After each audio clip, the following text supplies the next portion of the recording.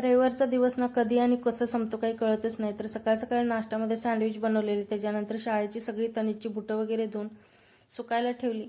तनीची केस धुवायची होती, त्याच्यात थोडंसं डॅन्ड्रफ झालेलं म्हणून इथं लिंबाचा पाला, ॲलोवेरा आणि लिंबू पिळून एक छान असं पाणी शिजवून घेतलं गॅसवरती. त्याच्यानंतर केस धुवून घेतले. एकदम छान असा रिझल्ट येतो.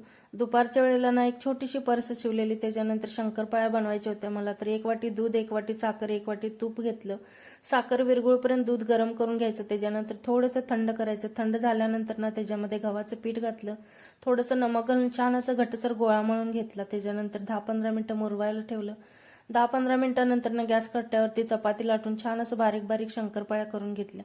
कढईमध्ये तेल गरम करायचं. त्याच्यानंतर कमी गॅसवरती छान असं शंकरपाळ्या तळून घ्यायचं. तर एकदम खुसखुशीत झालेलं. संध्याकाळच्या वेळेला ना रविवारचा बाजार भरतो इथे, तर भाज्या वगैरे आणलेल्या होत्या, तर त्या सगळ्या व्यवस्थित ठेवायच्या होत्या. तर तुम्हाला कसा वाटला मिनी ब्लॉग? आवडला असेल तर लाईक, शेअर आणि चॅनलला सबस्क्राईब